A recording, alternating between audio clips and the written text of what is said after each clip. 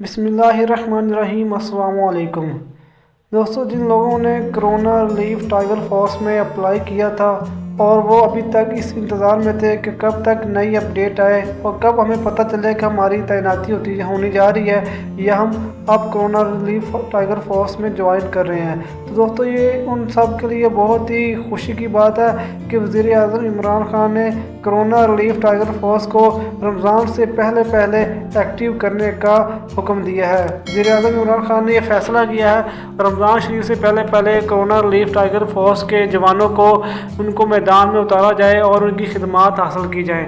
دوستو آج میں آپ کو کرونا ریلیف ٹائیگر فورس کی جوائن کی شرائط و ضوابط اور ان کی خدمات اور ذمہ داریاں بتاؤں گا۔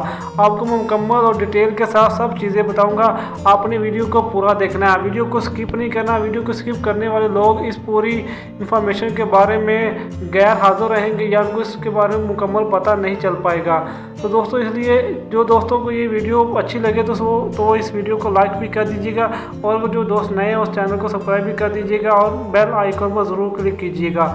تو چلتے دوستو ہم اپنی ویڈیو کی جانب۔ تو آپ کو میں سب سے پہلے اس کرونا ریلیف ٹائیگر فورس کی شرائط اور ضوابط بتا دیتا ہوں۔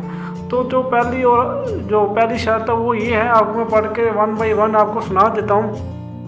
نمبر 1، کسی رضاکار کو ان کی مرضی کے بغیر رضاکار فورس میں شامل نہیں کیا جائے گا۔ نمبر 2، رضاکار اپنے آپ کو کسی سرکاری افسر، نمائندے یا سیاسی جماعت کے عہدیدار کے طور پر پیش نہیں کرے گا۔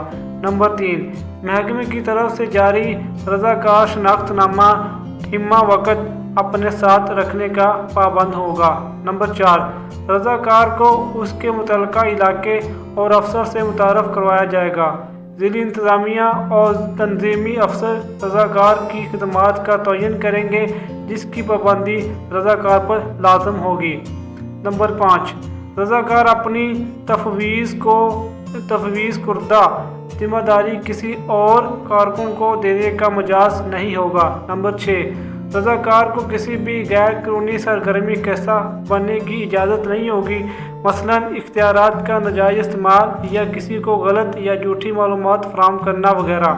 نمبر 7، رضاکار اپنے تفویض کردہ علاقے، عوام اور دوسرے کارکنان کے ساتھ خوش اخلاقی، احترام اور دوستانہ رویہ اختیار کرنے کا پابند ہوگا۔ نمبر 8، غیر حاضری، ہنگامی صورتحال یا کوئی مسئلہ درپیش ہونے پر بروقت منتظمین کو مطلع کیا جائے گا۔ نمبر 9، عوام تک پہنچانے والی معلومات پر خود بھی سختی سے کاربند ہوں گے، مثلاً ہاتھ دھونا، جراثیم کش ادویات، ماسک کا استعمال، ہجوم سے پرہیز، فاصلے کا اختیار وغیرہ۔ تو دوستو یہ تھی وہ شرائط جو رضاکار کے لیے کرونا ٹائیگر فورس جوائن کرنے سے پہلے جاننا لازمی تھا۔ اگر وہ اس پہ اوکے یا اپنے آپ کو کہتے ہیں کہ ہم اس پہ رضامند ہیں یا اس کو ایگری کرتے ہیں، تب ہی وہ جا کر کرونا ریلیف ٹائیگر فورس کو جوائن کر سکیں گے۔ تو اب میں آپ کو کرونا ریلیف ٹائیگر فورس کی ذمہ داریاں اور ان کام اور خدمات بتا دیتا ہوں۔ تو یہ بھی میں آپ کو پڑھ کے سنا دیتا ہوں۔ سب سے پہلی جو ذمہ داری اور کام ہوگا وہ یہ ہوگا کہ نمبر 1، بے روزگار مزدوروں اور مستحق افراد کی نشاندہی جو کہ احساس پارٹی اسکور کارڈ کے مطابق امداد کے اہل ہوں۔ نمبر 2، متعلقہ علاقے میں راشن اور ضروری اشیاء کی فراہمی۔ نمبر 3، ہسپتالوں اور جائے عامہ پر سماجی رہنمائی۔ نمبر 4، متعلقہ علاقے میں قرنطینہ سینٹر کے انتظامات میں مدد۔ نمبر 5، رضاکاروں کی نقل و حمل میں مدد اور رہنمائی۔ نمبر 6، ذخیرہ اندوزی، منافع خوری، ملاوٹ اور حکومتی پابندیوں کی خلاف ورزی کرنے والوں کی نشاندہی میں مدد۔